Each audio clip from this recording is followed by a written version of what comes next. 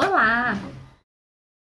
Eu sou a professora Heloísa Sanches e é com muita satisfação que eu estarei com vocês no curso de pós-graduação de Arte na Educação. Eu sou musicoterapeuta, psicopedagoga, arte educadora e educadora musical. E eu atuo atualmente nas áreas escolar, clínica e também acadêmica. No primeiro tópico, nós vamos falar sobre educação e arte, uma história ao alcance de todos.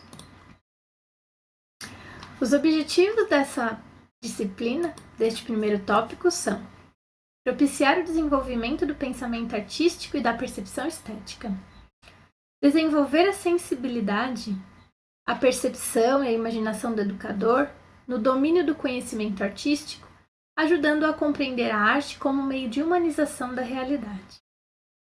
E também situar o educador historicamente quanto ao desenvolvimento da história da arte e da arte-educação. Temos aí a imagem de uma linha do tempo da história da arte propriamente dita, desde a pré-história até a segunda metade do século XX, passando por todos os períodos mais importantes. A linha do tempo cronológico da história da arte segue paralelamente à linha do tempo da história da humanidade, sendo que as datas são apenas marcos históricos, e muitas vezes apenas datas aproximadas da evolução cultural e social do homem e das suas civilizações. Os historiadores de arte, críticos e estudiosos, classificam os períodos, estilos ou movimento artístico separadamente, para facilitar o entendimento das produções artísticas. Agora vamos falar da arte e das suas múltiplas linguagens. Antigamente, as artes eram conhecidas como 7 linguagens. Hoje em dia, nós temos 11.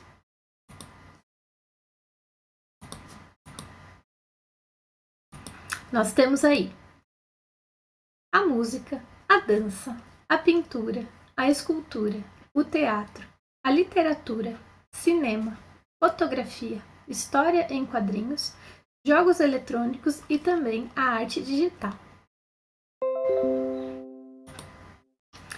O ensino da arte no Brasil, breve história. Agora nós vamos nos contextualizar historicamente quanto ao ensino da arte no Brasil e o ensino da arte dentro da educação básica no decorrer do tempo. Vamos começar lá em 1816. Durante o governo de Dom João VI, chega ao Rio de Janeiro a Missão Artística Francesa. É criada então a Academia Imperial das Belas Artes. Seguindo os modelos europeus, é instalado oficialmente o ensino de arte na escola. Em 1900 até o início do século XX, o ensino do desenho é visto como uma preparação para o trabalho em fábricas e serviços artesanais. São valorizados o traço, repetição de modelos e o desenho geométrico. Em 1922, apesar da efervescência das manifestações da Semana de Arte Moderna, o ensino segue as tendências da escola tradicional, que defende a necessidade de copiar modelos para treinar habilidades manuais.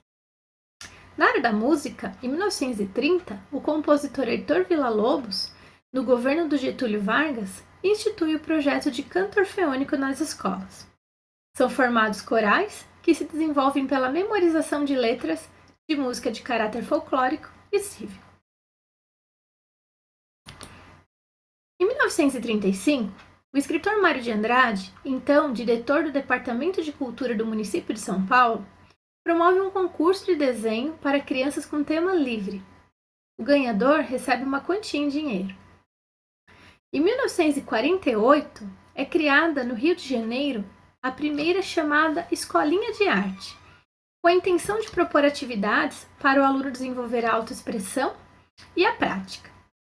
Em 1971, esse número de escolinhas chegam a 32 no Brasil.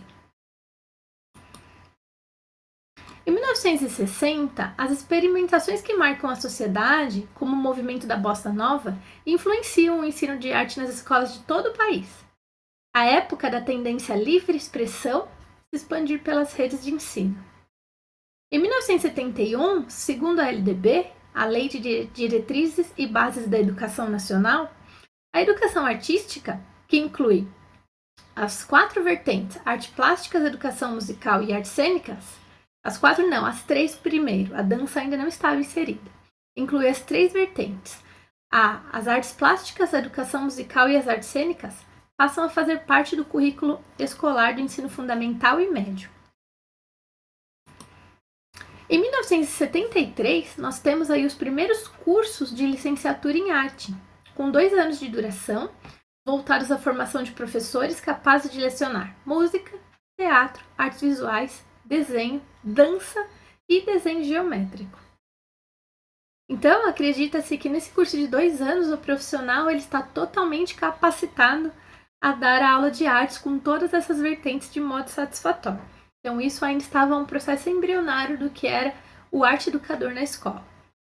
Em 1989, desde 1982, desenvolvendo pesquisas sobre 3 ideias, fazer, ler imagens e estudar história da arte, Ana May Barbosa cria a proposta triangular, que inova ao colocar obras como referência para os alunos. Então, ela iniciou em 1989. Em 1996, a LDB passa a considerar a arte como disciplina obrigatória da educação básica. Os PCN, Parâmetros Curriculares Nacionais, definem que ela é composta de 4 linguagens, então, artes visuais, dança, música e teatro.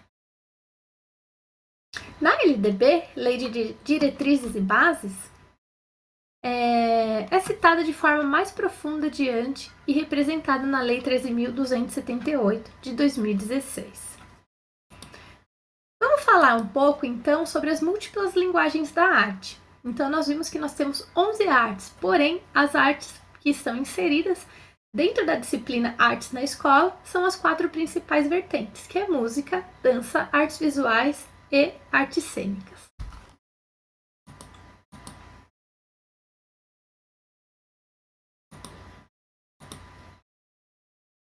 Então, está lá. No parágrafo 2º do artigo, nós temos aí as artes visuais, a dança, a música e o teatro como as linguagens que constituirão o componente curricular artes. Falemos, portanto, brevemente de cada uma dessas vertentes. Primeiro, artes visuais. Artes visuais foi a primeira vertente a ser trabalhada nas escolas por estar presente no dia a dia de todos. Compreende-se como arte visual o desenho, a pintura, a colagem, a escultura e a imagem como um todo. As artes visuais são fundamentais na educação, visto que o conhecimento da imagem é um dos fatores fundamentais para o desenvolvimento da criança, em seus aspectos cognitivo, motor, emocional e perceptivo. A produção artística visual favorece a criança a participar, mesmo que inconscientemente, da construção da cultura do nosso tempo. Ela, desde cedo, já é estimulada pelas fontes de produções artísticas, como a televisão, os livros ou revistas, obras de arte. Tudo que é visual. Portanto, devemos entender as artes visuais como uma linguagem ou vertente com estruturas próprias e que viabilizam a aprendizagem através dos seguintes aspectos citados pelo Referencial Curricular Nacional para a Educação Infantil de 1998: o fazer artístico, a apreciação e a reflexão. O primeiro aspecto, o fazer artístico, está baseado na expressão e comunicação da produção de trabalhos artísticos, por meio de práticas artísticas que propiciam o desenvolvimento de um percurso de criação pessoal. Já a apreciação se dá através da percepção de sentido que o objeto artístico propõe, entrelaçando elementos da linguagem visual e os materiais utilizados para desenvolver a construção de sentido, análise e identificação de obras artísticas e seus produtores. E, por fim, a reflexão é a análise de todos os possíveis conteúdos presentes no objeto artístico. Nesse momento, a criança então compartilha perguntas e afirmações no contato com as suas produções e as dos artistas, instigada ou não por seus professores. Então, a arte visual é uma coisa que as crianças sempre estão interessadas, sempre gera uma curiosidade. segunda vertente, nós vamos falar da dança. Entende-se por dança o conjunto de expressões corporais que são organizadas em sequências significativas e que se tornam representações da sociedade em que estamos inseridos. Porém, o objetivo é permitirmos a expressividade da criança e todos os valores de seu corpo produzidos pela sociedade que a cerca, de modo que gerem uma nova maneira crítica e lúdica de ver a dança em nossa sociedade. São variadas as possibilidades para se trabalhar a dança com criança na educação infantil e fundamental, já que todas elas surgem de motivações inerentes aos seres humanos. E os objetivos das práticas nesse nível educacional devem ser direcionados, prioritariamente, a um reconhecimento corporal das crianças em um primeiro momento, e depois se dedicar a uma educação dos sentidos, finalizando com a exploração da criatividade e possibilidade de comunicação corporal através da dança. Então, a criança ela é movimento desde sempre. Desde pequenininha, a criança é puro movimento. Tanto que podemos ver essa diferença na educação infantil, em que a criança ela costuma ficar em um ambiente mais aberto, mais solto. Toda atividade, toda rotina é baseada em algum movimento corporal. E quanto mais a criança vai crescendo, mais ela vai ficando parada, presa na carteira da escola, e menos ela tem essa intenção e essa soltura corporal. Então a dança é um elemento muito importante para ser trabalhado na criança desde cedo, para que ela consiga se expressar livremente através do seu corpo mais tarde. Falando da dança, nós precisamos da música, né? Então, a música, do grego musique tekne, é a arte das musas. A música é a arte que nos encanta, estando participando ativamente ou não, né? Então, é uma forma de arte que se constitui na combinação de vários sons e ritmos, seguindo uma pré-organização ao longo do tempo. Então, música são sons organizados de forma harmoniosa aos nossos ouvidos, através do tempo. A música é uma forma muito antiga de expressão dos seres humanos e transmite significados com funções psicológicas, cognitivas, emocionais e sociais para o indivíduo. Devido à sua importância, as habilidades musicais foram transmitidas de pessoa para pessoa desde épocas remotas.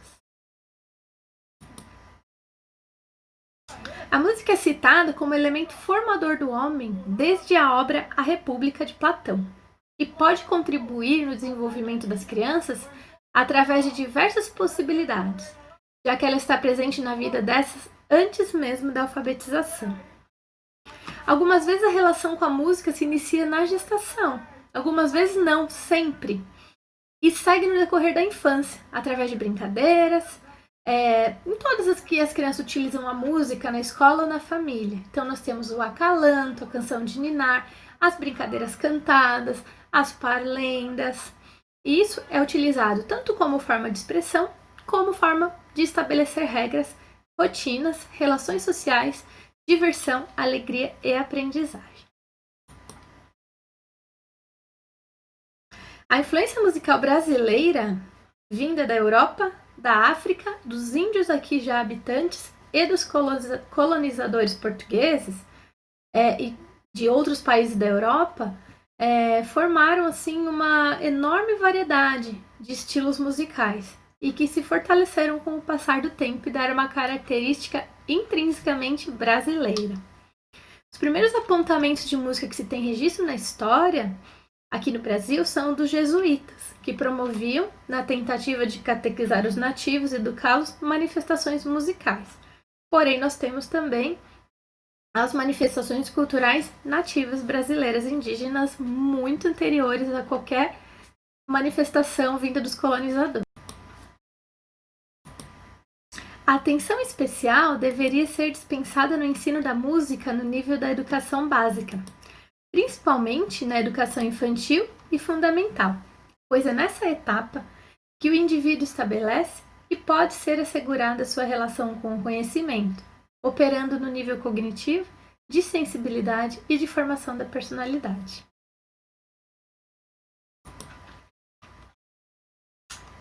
Por último, vamos falar do teatro. Por último, e não menos importante, O teatro é considerado um importante recurso didático-pedagógico para o desenvolvimento da criança, dando suporte para sua trajetória na vida social, proporcionando experiências novas que contribuam para o crescimento integral da criança sobre vários aspectos.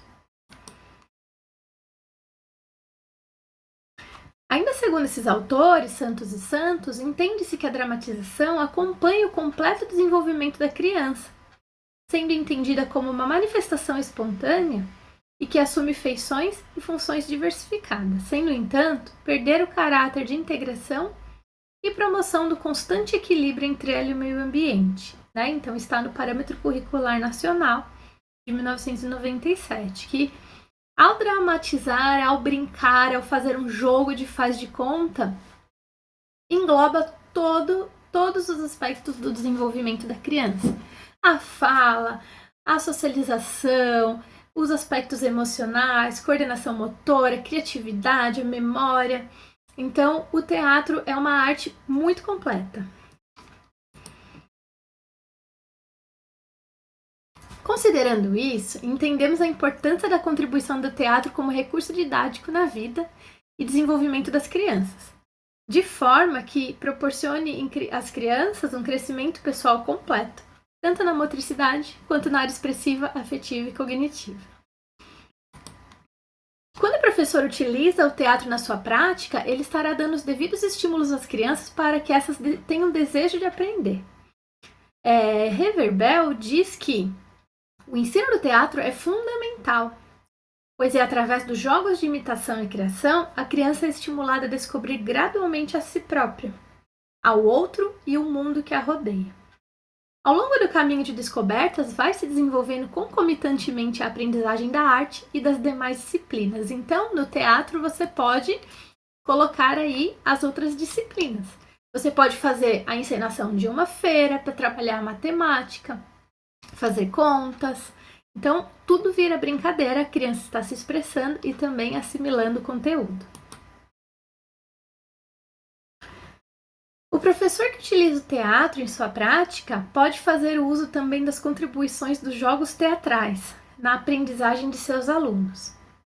Observamos que na educação infantil que cada jogo, além da função recreativa, tem uma intenção educativa, auxiliando no processo de ensino-aprendizagem dos alunos e no seu desenvolvimento. Assim, o teatro e os jogos teatrais são entendidos como recursos que proporcionam para as crianças prazer, quando estão brincando, como também ensinam e educam quando são instigadas propositalmente por seus educadores no auxílio do desenvolvimento de certas habilidades na sala de aula. O educador que apresenta o teatro às crianças contribui também para o crescimento cultural deles, né? Através do domínio da comunicação e uso interativo da linguagem teatral. Portanto, entende-se que quando utilizamos o jogo teatral na educação infantil e fundamental, nós, educadores, estamos contribuindo tanto para o desenvolvimento pessoal como cultural dessa criança, né? Então, nessa perspectiva, ela está caminhando para o campo do ensino-aprendizagem, criando condições para a construção do conhecimento, introduzindo propriedades do lúdico, do prazer, da capacidade de iniciação, da ação ativa, motivadora, improvisação, concentração, organização, liderança e o controle pessoal. Para eles, o uso do teatro e dos jogos teatrais, né, eles podem atingir uma aprendizagem significativa. Então, a escola ela vira um espaço de trabalho e aprendizagem pelo caminho do prazer e o encantamento. Né? Quem nunca viu aquela criança de 7, 8 anos que não vê a hora de ir para a escola? Por quê? Essa criança, com certeza, ela tem um professor teatral, um professor musical, um professor que tem uma sensibilidade artística, ou as disciplinas extracurriculares, disciplinas de arte, instigam a criança, neste momento, a ficar muito feliz e encantada pela escola, porque mesmo ela vai viver esse processo aí de aprendizagem pelo meio da diversão.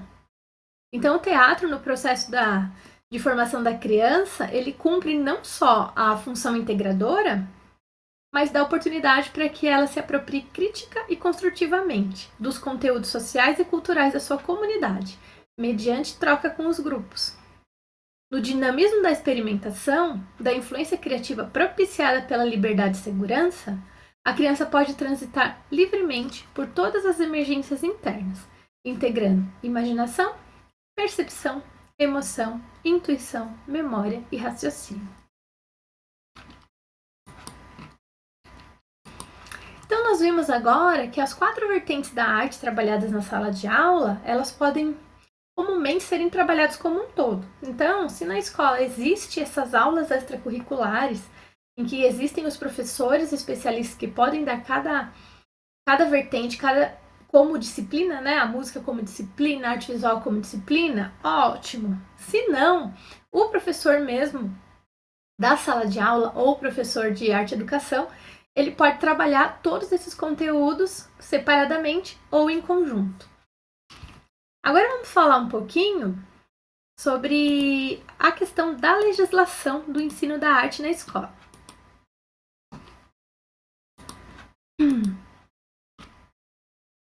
Então, a arte após a Constituição Federal de 1988 são os caminhos tecidos na educação básica.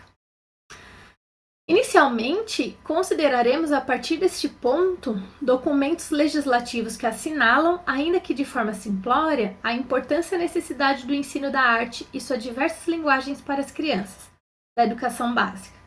Sabemos que a educação infantil ela tem uma trajetória muito recente, né? Não faz tanto tempo que a educação infantil está inserida na educação básica como educação básica.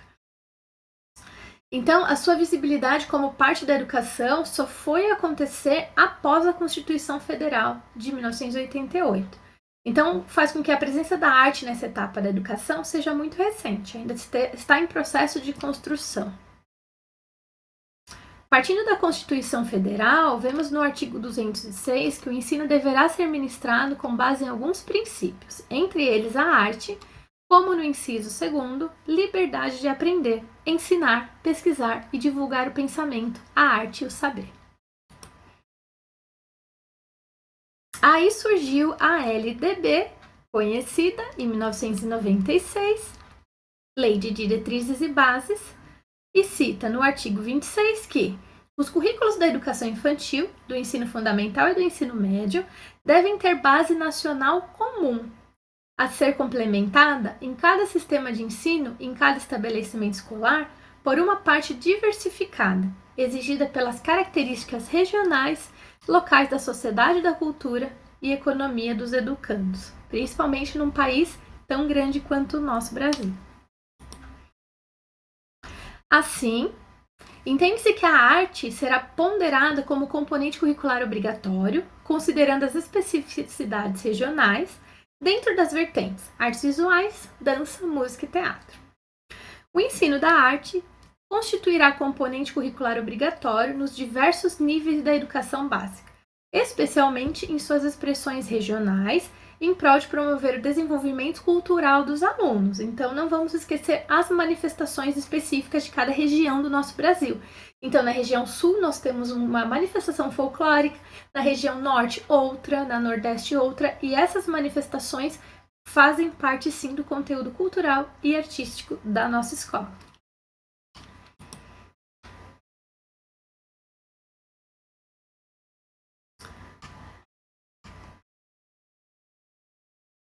No artigo 32 da LDB, a arte é considerada como um dos pilares em que se fundamentam a sociedade.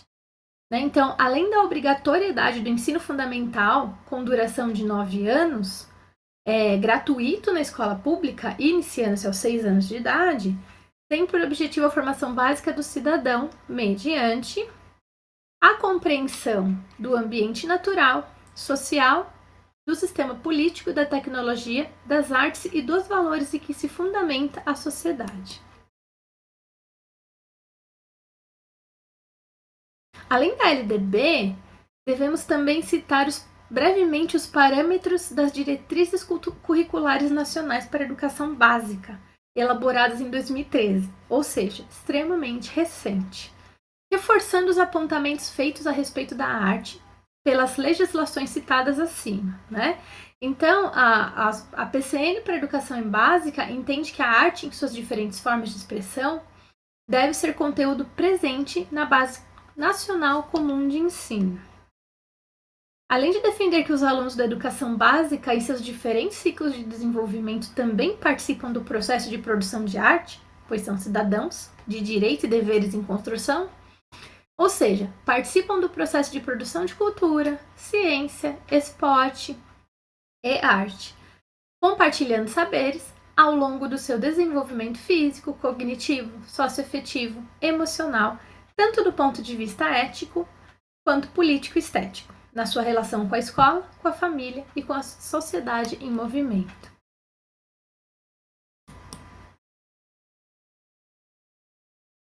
No artigo número 4, define as diretrizes curriculares nacionais gerais para a educação básica. Eles abordam a arte como um componente do processo educativo. As bases que dão sustentação ao Projeto Nacional de Educação responsabilizam o poder público, a família e a sociedade, além da escola, pela garantia de todos os educandos um ensino ministrado de acordo com os princípios de liberdade de aprender, ensinar, pesquisar, divulgar a cultura, o pensamento, a arte e o saber. No artigo 24, os objetivos da formação básica das crianças, definidos para a educação infantil, prolongam-se durante os anos iniciais do ensino fundamental, especialmente no primeiro. Complementam-se nos anos finais, ampliando e intensificando gradativamente o processo educativo, mediante compreensão do ambiente natural e social, do sistema político, da economia, da tecnologia, das artes, da cultura e dos valores em que se fundamenta a sociedade. Então, como vimos, a arte ela acaba ficando mais forte agora no início da educação, né, na educação infantil, no primeiro ano do ensino fundamental, e ela vai se reforçando no decorrer dos anos finais do ensino fundamental.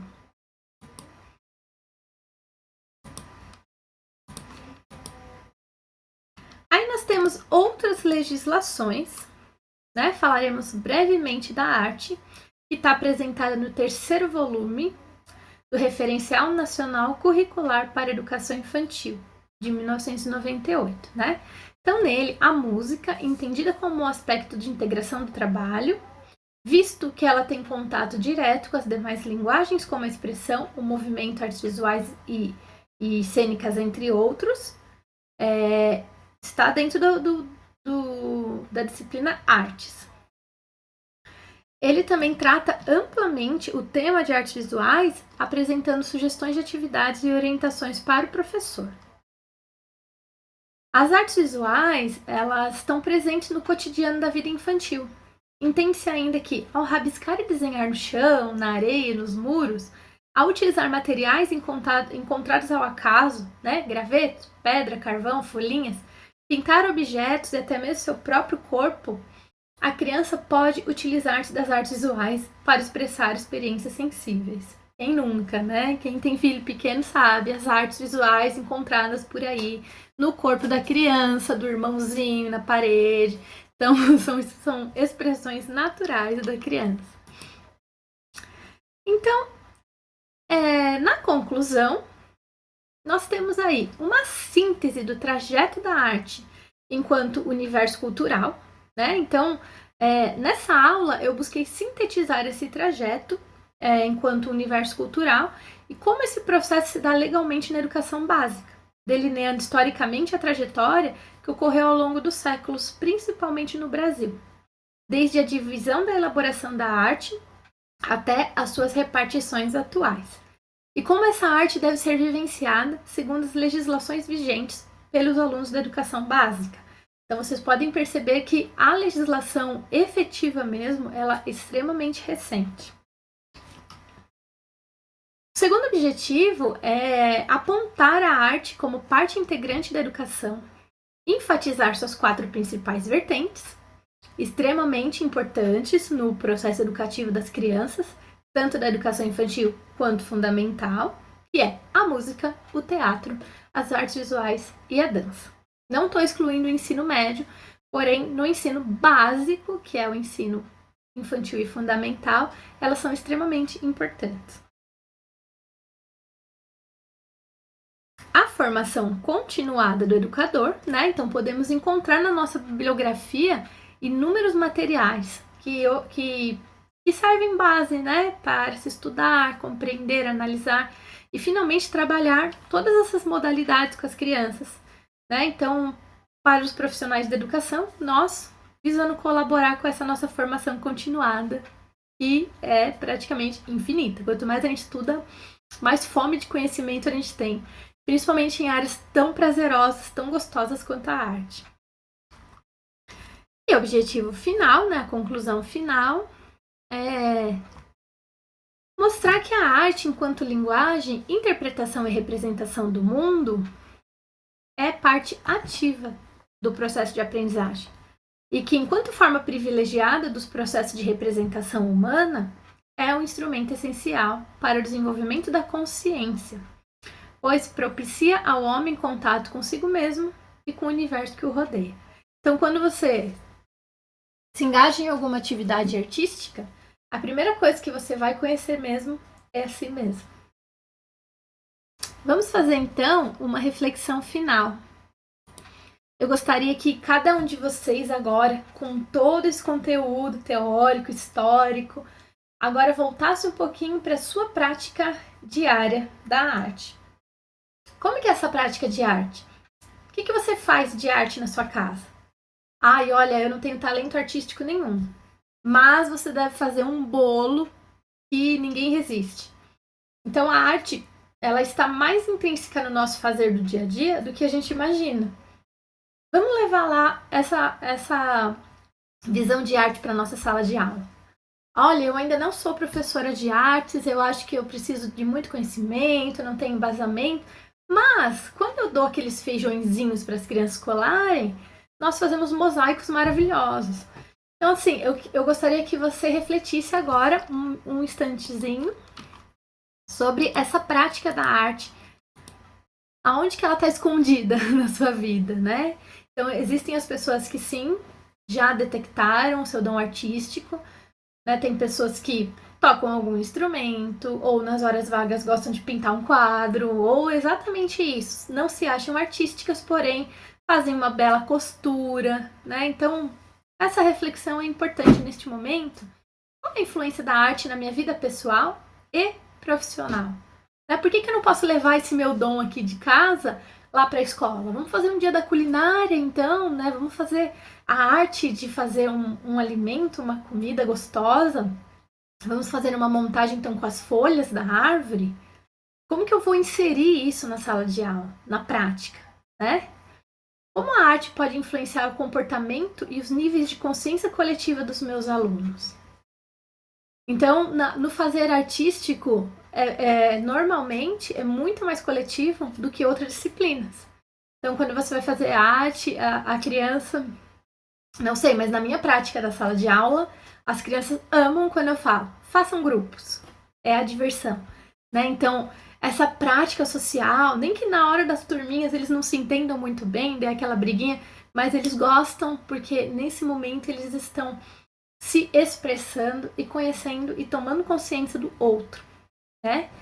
E por último, vendo todo esse trajeto histórico e vendo como de 30 anos para cá tudo mudou, tudo se estabeleceu, como eu acredito que será o futuro da arte na educação.